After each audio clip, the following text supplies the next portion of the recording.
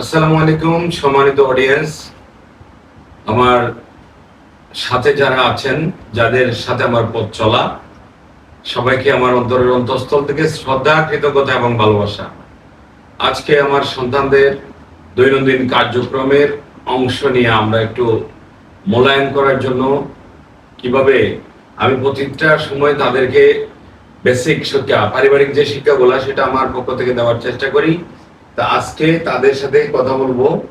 আমরা দৈনন্দিন হুজুরদের কাছ থেকে, টিচার কাছ থেকে, তাদের যে শ্রেণী শিক্ষক, গৃহ শিক্ষক, কম্পিউটার বা যে মাদ্রাসার যে হুজুর আসেন মানে আরবি শিক্ষা দেওয়ার জন্য, ওনার কাছ থেকে কি শিখে সেটা আমরা মূল্যায়ন করার জন্য একটু বসছি। আমার সাথে রয়েছে আমার ডান পাশে আমার ছোট ভাই মোহাম্মদ নূর, আর আমার ভাগিনা বড়জন আবু হেনা জিকু বাম পাশে রয়েছে, আর ভিডিও ধারণ করছে ছোটন। যাই হোক, কথা হচ্ছে সাফওয়ান, ওই হাতাও, সাইদ, সাদ, এই হচ্ছে আমার আলহামদুলিল্লাহ আল্লাহর পক্ষ থেকে দেওয়া সেরা 3 নিয়ামত। এই সন্তানদেরকে নিয়ে আমি দৈনন্দিন তাদেরকে খেলাধুলা করি, কিন্তু আজকের থেকে তাদের সাথে আমার দৈনন্দিন রুটিন যে আমি চেক করি সেটা নিয়ে একটু কথা বলবো। 24 ঘন্টার মধ্যে তারা কিভাবে সময়টা পাস করছে তাদের প্রতি আমার নির্দেশনা ছিল, এবং ভোর 4টা বা 4:30 বাজে, 5টা বাজে ঘুম থেকে উঠতে হবে। 5টা বাজে, কমপক্ষে 5টায় ঘুম থেকে উঠতে হবে। উঠে কিনা সেটা আমরা যাচাই করবো, এটার উপরে দুই পাশে দুইজন মূল্যায়ন করবে, মার্কিং করবে।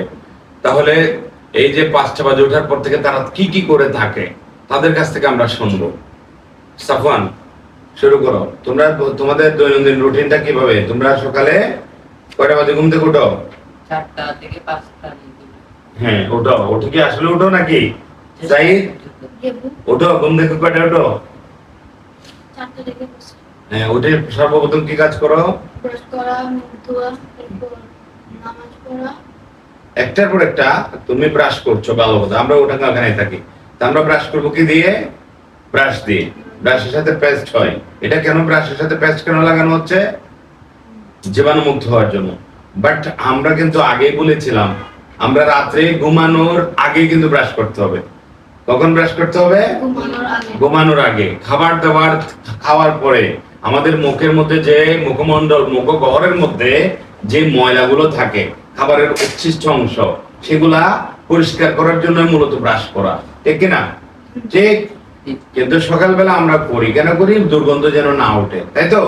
তো এখন আমরা এই জায়গাতে আমরা সকালে নামাজের আগে যদি ব্রাশ করার পরিবর্তে আমরা সাজেস্ট করবো এখানে মিসওয়াক করার। মিসওয়াক করার কথা কি আমরা বলছি? কি গাছ দিয়ে, কি দিয়ে মিসওয়াক করা হয়? জায়তুন গাছের ডাল। জায়তুন গাছের। আর একটু বড় করে লর্ডলি বলো। জায়তুন গাছের ডাল। জায়তুন গাছের ডাল। জায়তুন গাছ যেখানে অ্যাভেলেবেল, জায়তুন গাছ কোথায় কোথায় পাওয়া যায়? যেমন আমাদের এখানে আন্দরকিল্লা মসজিদ, শুক্রবারে যে কোনো মসজিদের সামনে ভ্যান গাড়িতে বিভিন্ন টুপি বিক্রি করে, যারা তসবিহ ছাড়া বিক্রি করে না, অনেক প্রজাতির দেশি বিদেশি অনেক দামি পর্যন্ত জায়তুন গাছের ডাল পাওয়া যায়। এবং যেখানে অ্যাভেলেবেল কোনো কিছুই পাওয়া যায় না, আমাদের দেশে লোকাল যে নিম গাছের ডাল পাওয়া যায় না, সেটা দিয়েও কিন্তু কি করা যায়? মিসওয়াক করা যায়। আমার বাবা সাত বেপি ছেলে কিটা বুঝতেছে মিসওয়াক করা কি সুন্নাত। মিসওয়াক করলে কি হয়? মিসওয়াক। আল্লাহর নবী খুশি হয়, ঠিক আছে? আল্লাহর নবী এই সুন্নাত পালন করার জন্য আমাদের নির্দেশনা দিয়েছেন। আমাদের নবী করিম সাল্লাল্লাহু আলাইহি সাল্লাম নির্দেশনা দিয়েছেন। তারপর আমরা একটু দ্রুত আগাবো। তাহলে আমরা পড়লাম, আমরা ব্রাশ করলাম বা মিসওয়াক করলাম, এরপরে নামাজ পড়লাম। নামাজ কয় রাকাত? ফজরের নামাজ 2 নিয়ত 4 রাকাত। 2 নিয়ত 4 রাকাত। আমরা কি পড়ি? সঠিকভাবে পড়ি ইনশাআল্লাহ? হ্যাঁ, আলহামদুলিল্লাহ। এরপরে নামাজের পরে কি করতে হবে? কোরআন তেলাওয়াত করতে হবে। কোরআন তেলাওয়াত 1 পৃষ্ঠা হোক 2 পৃষ্ঠা হোক, যতদূর পারো শুদ্ধভাবে তেলাওয়াত করতে হবে। শুদ্ধ শব্দটা কি? শুদ্ধভাবে, মাখরাজ উচ্চারণ সহকারে, নুরানি কায়দা অনুযায়ী, ঠিক আছে? কিভাবে? শুদ্ধভাবে তেলাওয়াত করতে হবে। সাফন কি করছো এখন? নাজেরা করছো না? তোমার পড়ালেখার পাশাপাশি নাজেরা চলতেছে? নাজেরা স্টার্ট করছো? সাইদ, নাজারা স্টার্ট করছি। তুমি করছো? এখন সাত কি পড়ছো কোরআনের মধ্যে? তুমি আমপারা নিছো না? আমপারা তোমার এখন হেজও শেষ হয়েছে, তাই না? এখন আমপারা পড়তেছো? হুজুর আমপারা পড়াচ্ছে? কথা বলো। ইয়েস, জি বলবো, আরো বড় করে। ওদিকে জি। এরপরে আমরা নামাজ পড়লাম, নামাজের পরে কোরআন পড়লাম, কোরআন তেলাওয়াত করলাম। উই উইল রিসাইট দা কোরআন, হোলি কোরআন।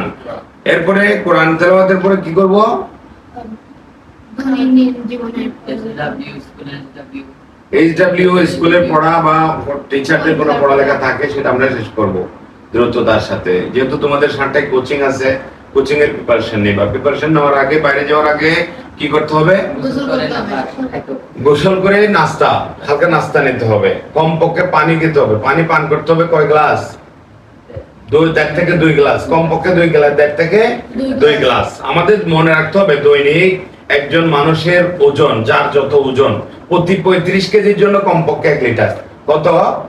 প্রতি 35 কেজির জন্য কমপক্ষে 1 লিটার পানি পান করতে হবে আমাদের। আমরা কি করব? নিজের ওজন অনুযায়ী হিসাব করে, যেহেতু এখন সোয়েটিং, এখন গরম পড়তেছে, এখন আরো বেশি পান করতে হবে। যত বেশি গরম পড়বে, না হলে কি হবে? পানি শূন্যতায় ভুগবো। এরপরে দ্রুততার সাথে আমরা কি করব? গোসল করব। গোসলটা কি করি? গোসল করা হয়। জি। গোসল করার পরে আমরা কি করবো? নাস্তা করব। নাস্তা করে কোচিং এ চলে যাব। কোচিং থেকে আসার পর পড়ালেখা, আর স্কুলে যাওয়া, রেস্ট। ততক্ষণে মাঝখানে আর কি নামাজ নাই, জোহরের নামাজ নাই। হ্যাঁ, লাঞ্চ করতে হবে কি দিয়ে? সবজি পুষ্টিকর খাবার। পুষ্টিকর খাবার বলতে আমরা কি বুঝবো? আমরা লাঞ্চ করার আগে সকালে যে একটা স্ন্যাক্স নিয়েছি, স্ন্যাক্স এর মাঝখানে 11টা 12টার দিকে ছোট একটা ফল জাতীয়, যে কোনো মৌসুমী একটা ফল, মৌসুমী ফল, সেটা মৌসুমী ফল। এখন মনে করো পেয়ারা পাওয়া যায়, পেয়ারা, আমরা পাওয়া যায়, আমরা, অথবা যে আমলে যেটা পাওয়া যায়, ঠিক আছে? এই যে সিজন অনুযায়ী, মৌসুম অনুযায়ী আমরা এটা ফল খাবো। এর পরবর্তীতে আমরা ফলের পরবর্তীতে আমরা যাবো দ্রুত লাঞ্চ। আমরা লাঞ্চ যখন দুপুরে করবো, লাঞ্চ হবে ভাত কম খাবো, তরকারি বেশি খাবো।